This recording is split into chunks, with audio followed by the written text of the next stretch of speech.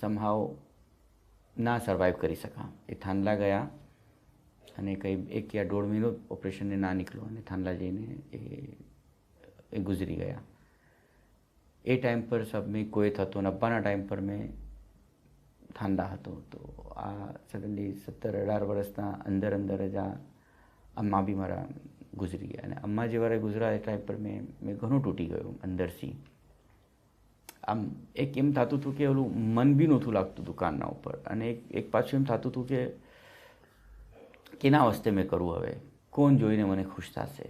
એક હોય ને કે જે કોઈ મારી આ પ્રોગ્રેસ જોઈને આમ ખુશ થાય, તો એક હવે ઓલું મન જ હટી ગયું હતું. ઘણા દિવસ સુધી મેં એકદમ ડિપ્રેશન પર હતો. પછી મેં કીધું કે અમ્મા ગુજરી ગયા, મને ઇન્ડિયા જવું છે. તો કે ના, તમે પહોંચી તો નહીં વળો હવે, કે થાંડલામાં છે ને એને દફન તમે કામ કરો, તમે 40માં પર જાજો, જેમ કે કાકરાજી વારું. પછી 40માં પર મેં અમ્મીના થાંડલા ગયો. ઘણો અપસેટ હતો. અને કુવેત આવીને પછી દુકાન પાછી જોઈન કીધી. અને ઓલું ઘણી વખત એમ થાય ને કે મન બી ના હોય. સડનલી 6 મહિના 8 મહિના મને લાગા આનાથી નીકળવામાં. પછી મેં કીધું કે ના, હવે કંઈ, ભાઈ બી મારો નાનો છે, એને બી પડાવવાનું હતું.